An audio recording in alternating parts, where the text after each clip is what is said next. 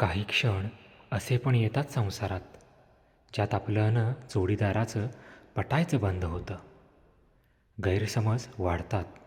आपण किंवा जोडीदार चुकतो. वादविवाद होतात. संवाद नीटसा होत नाही. कुण्या तिसऱ्या लोकांमुळे संसारात खटके उडू लागतात आणि नात्याचे बंध सैल पडतात. अशा वेळी नेमकं करायचं काय हा प्रश्न पडतो सहजच. आणि त्याचं एकमेव उत्तर म्हणजे संवाद.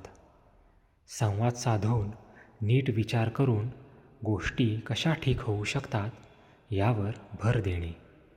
संसार म्हटलं की चार गोष्टी वरखाली होणार. आपण कधी सुखात तर कधी दुःखातही असणार. हे प्रत्येक नवरा बायकोने लक्षात घ्यायला हवे.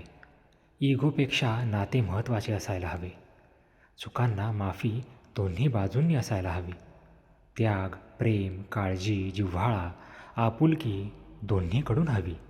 एक पडत असेल तर दुसऱ्याने सावरायला हवे.